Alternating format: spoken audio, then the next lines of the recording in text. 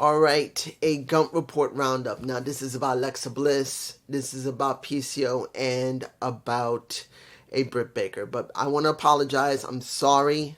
Here, just in case you can't hear me, I just turned the mic. I'm sorry that I have not done any videos. I'm actually sick. As I've said in comments, I've been sick for the last over a week now because I have they don't say I have COVID-19. I do not. It was like the last time I had been sick, but it was not COVID either. It was just something here. But I do have like a stomach flu, but it's not COVID-19. I've had it before. I've had caught like a stomach flu before, and it could take up to a week or two to recover from because I have a sensitive stomach. There's no lie about it. I have a sensitive stomach, and it looks like I have just like somewhat of a flu, but it's not that one because I've been tested. So I'm fine, but I'm sick, and it's hard to concentrate when your stomach is just messed up. I gotta make sure I drink water. If I have the runs, it'll be all right. Just try to relax, which with my depression and anxiety does not help because unfortunately it just keeps coming. Hopefully I'll feel better soon. I want to make it clear before I get into this that I'm not going to do my SmackDown review. I'm not doing it. This is taking its place. And I'm going to see if I'm going to try to do Saturday Night Main Event because I am watching the shows. Look, I did watch NXT. It was interesting, particularly when it closed, when it came to, let me get you like this. Shawn Michaels is going to be the one who's going to be over in Saturday Night Main Event, who's going to be looking over when it comes to Cody and a KO. Somewhat interesting. They are using him. When it came to Dynamite, that one was interesting as well. Now, I have not seen TNA.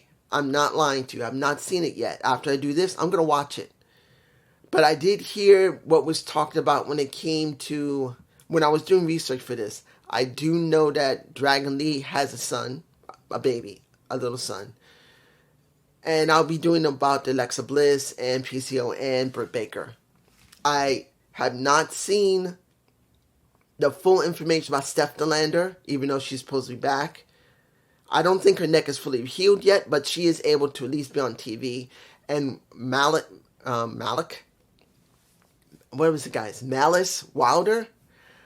I think I've seen him once before, a long time ago. He looks interesting, but I don't know anything yet because I've not watched TNA yet. So don't leave me a comment below because by the time I see it, I'll already be watching it. So don't, please. You can give me your thoughts about how you feel, but don't give me information. Please, I'm asking you, don't give me information about TNA and everything else. Let me find out. But let's get started. Okay, Britt Baker. Now, the question is, what happened to Britt? Many people are speculating she's done with the company, but she has not been fired from the company. She's not been released. She just has not been on TV. We do not know why. Gas. Actually here. Ooh. Excuse me. No one knows what's going on with Britt. She's not been seen. Many people do believe that if she is released from the company, she may have to wait a little bit because of a non-compete clause. But TKO WWE will pick her up. They made that very clear in any of the speculations that's on many of the websites that if Britt gets released, she is going straight to WWE. She ain't going to TNA and she ain't going to MLW. She will go there flat out. That's what everyone is speculating. And I wouldn't be too surprised. I am not surprised about that.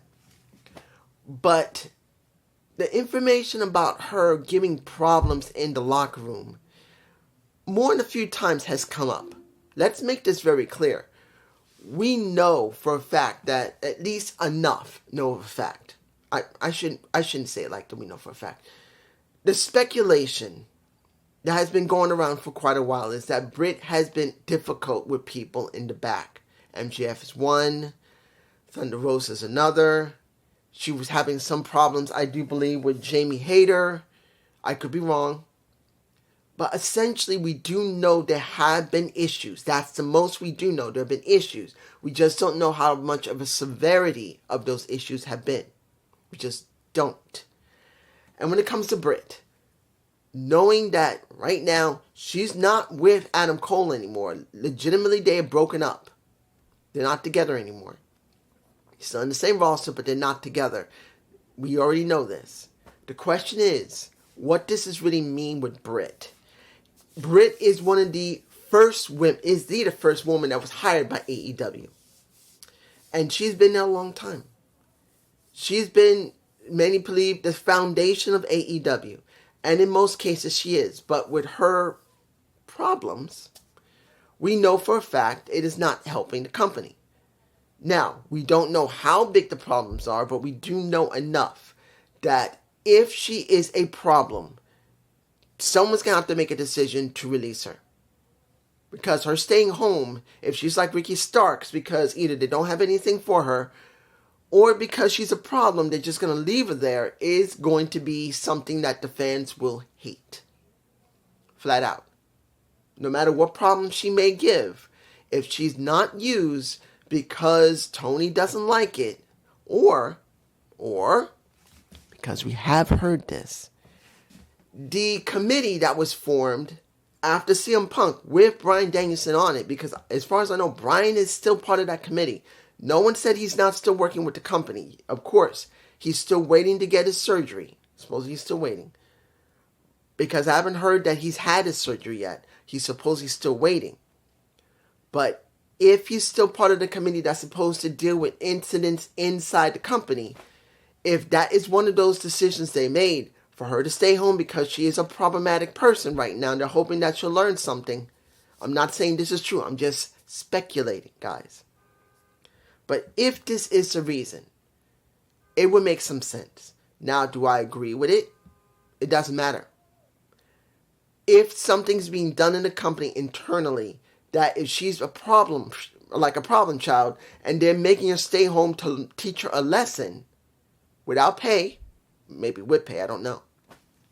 That is the decision that was made by the committee for dealing with any type of internal problems.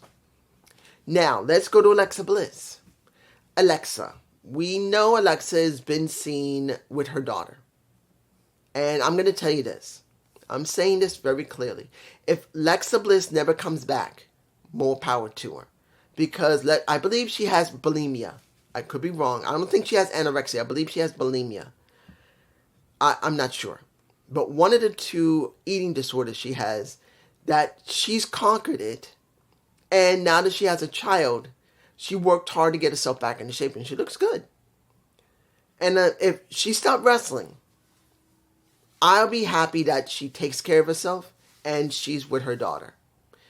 But she does want to wrestle. But here's the thing. I'm sure some of you already know this, but the negotiations have stalled.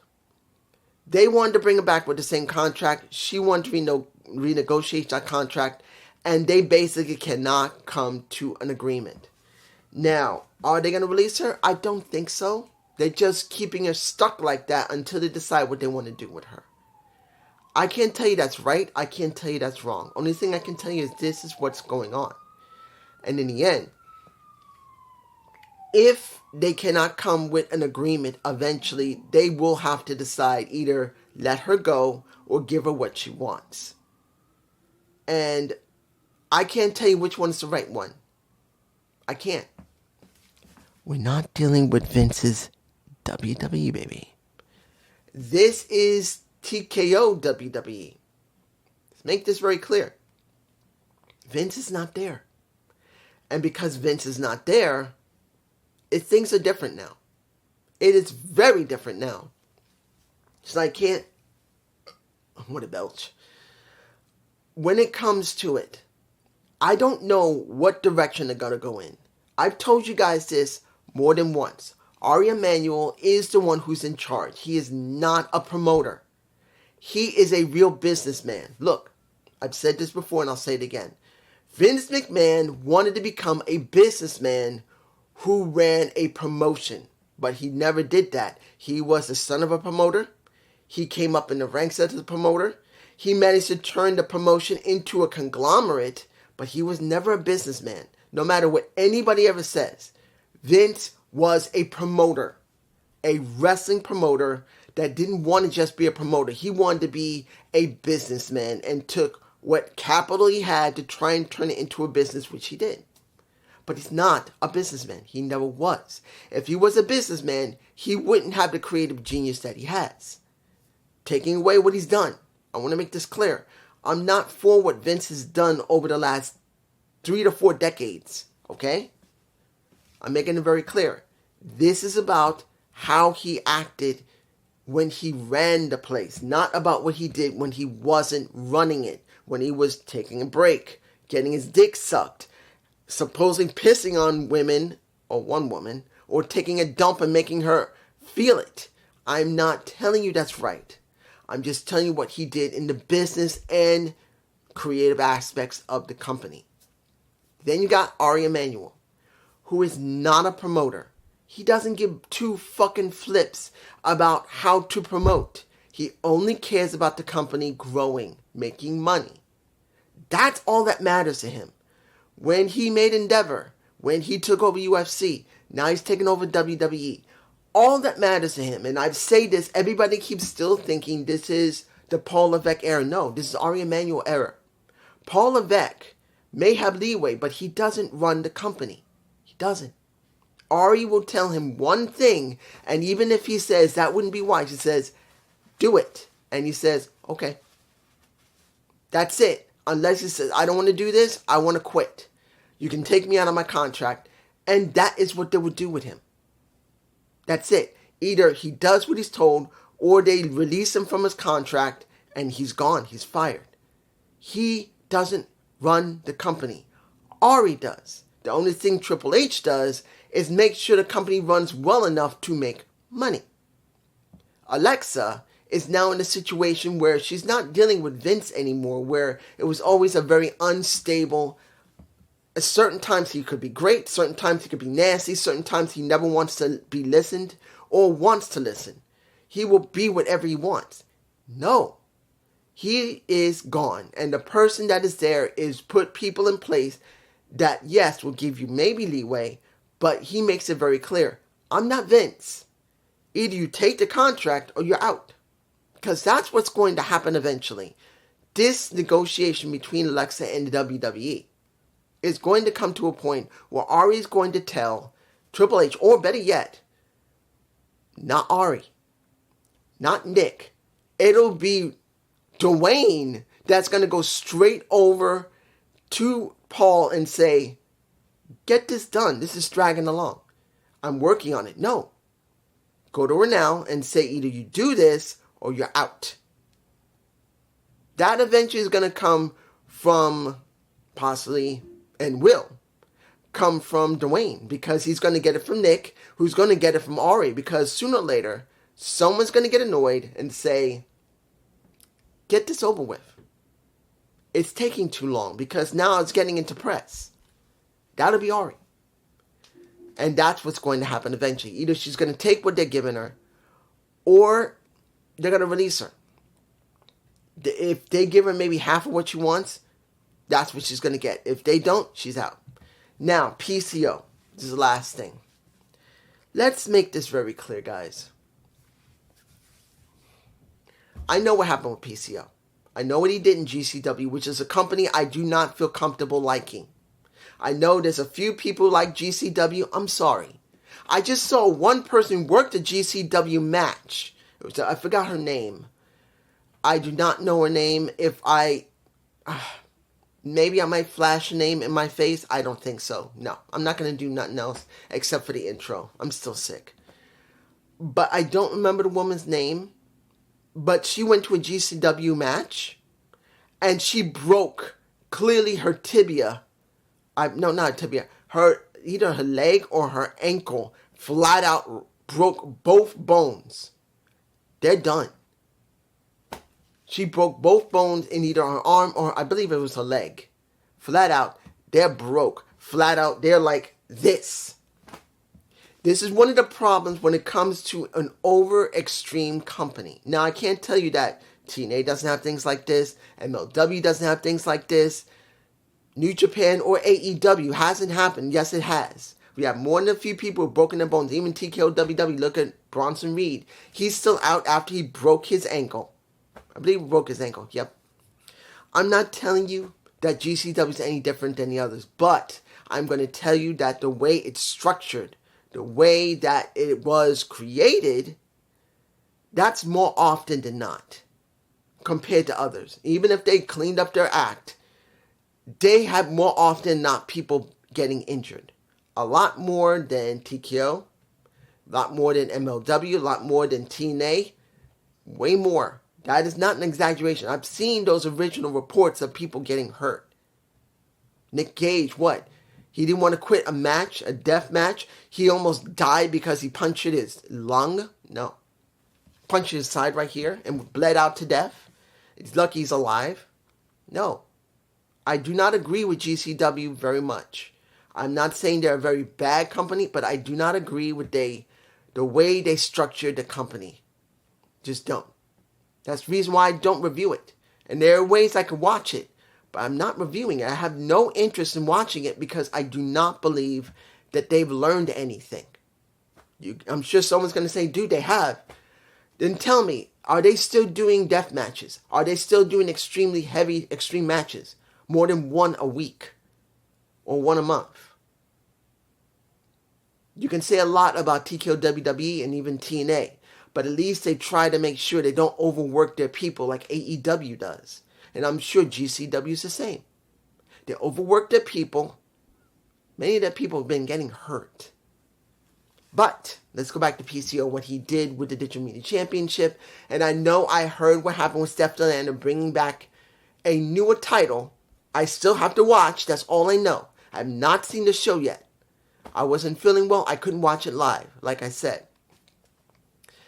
But knowing that he destroyed it due to the fact of how angry he was because of the current administration. I told you guys. And I know there's some people who still want to deal with Scott D'Amore and say, he's nothing, he's garbage. I never said that Scott was good. But I never said he was totally bad either. But in this situation, both of them are wrong. If Scott convinced PCO to re-sign or sign with the company, promising him to get some type of good booking and even getting a title, that was wrong. He shouldn't have done that. But he did. And once he was gone, the company's leaders there, it doesn't matter if it's a current president or if it was Tommy Dreamer, if it was a Gail Kim or even Ace Steel. It doesn't make a difference who made the decision. By them letting him have the Digital Media Championship, but then say, you know what, we know you're not happy with this. We'll let you have the Intercontinental Heavyweight Championship to go with it. Was the most stupidest thing they could have done. Because they never made it about the Intercontinental Heavyweight Championship. They had a chance to get rid of the Digital Media Championship and use the Intercontinental Heavyweight title. There's nothing wrong with that. Any company can have one. They're not doing the same thing as the WWE is when they were using it, or TKO WWE for that matter. Any company can have an Intercontinental title. The WWE doesn't have a patent on it as far as I know. They could have actually gotten rid of the Digital Media Championship and basically retired it and used the International Heavyweight title, which used to be part of another company, Stampede Wrestling, I believe. And you could have used that as a lineage. That Digital Media Championship had the lineage similar to what happened with Jade Cargill. Now you could say, well, what about Matt Cardona and Jordan Grace and even the Laredo Kid? They have given a legacy, not the same as one that's been around for 60 or 70 years, 50, maybe 50 years, like a Intercontinental Championship. They could have just dropped that title and used it if it was legal. And if it was legal, it was stupid they didn't do it. They could have done it, and they probably chose not to. They were just doing to appease PCO, which was a dead title. It had no meaning on the website. Guess what? It wasn't even given the name. It was always the Digital Media Champion. Never the digital media and Intercontinental Heavyweight Champion. Only recently, I believe, they had it before they finally took it off. It was just a waste. Now, do I believe what PCO did was right, though? No. Now, I know that Scott D'Amore did leave a tweet when PCO was saying, look, I love the company, I love the people. The current management, no, but he said Scott D'Amore was an architect. But Scott D'Amore said, for what you've done, saying all that, how is anyone ever going to trust you? And then I think PCO made another comment saying on the tweet, just look at what happened. I did everything they wanted. Here's the thing. I did see the Lex Man, the former Deluxe Man, Alex. I don't know why I brought up the Lex Man. I saw Alex's video talking about this. He now wants to start doing TNA reviews because NXT is now going to blow up, and now he cares about TNA and he's going to do reviews. Hey, more power to him. I'm hoping he'll get good views. I have been watching it for now 13 years. No, 15 years. And I've been reviewing it for almost 13 years, counting this year. When it was bad, I reviewed it. When it was good, I reviewed it. When it was in between, I reviewed it. And he has the right to choose to review it or not, just in case someone asks.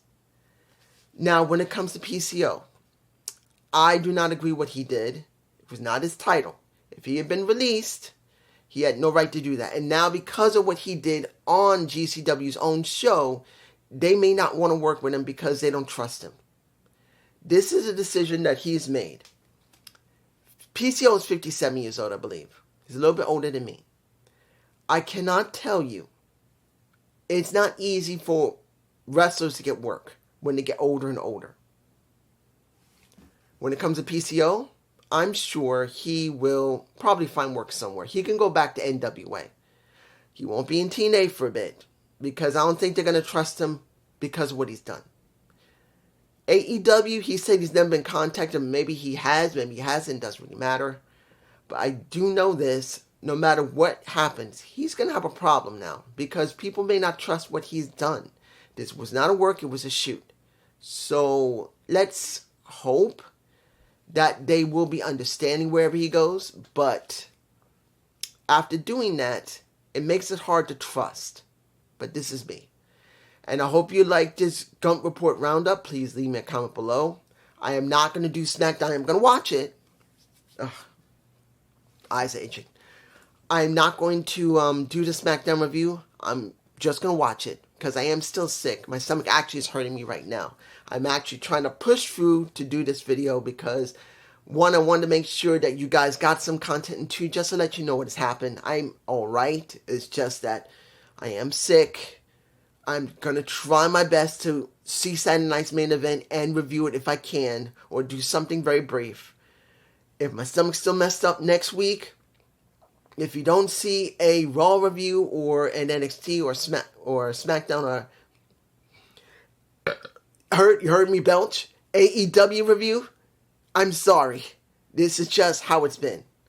Peace.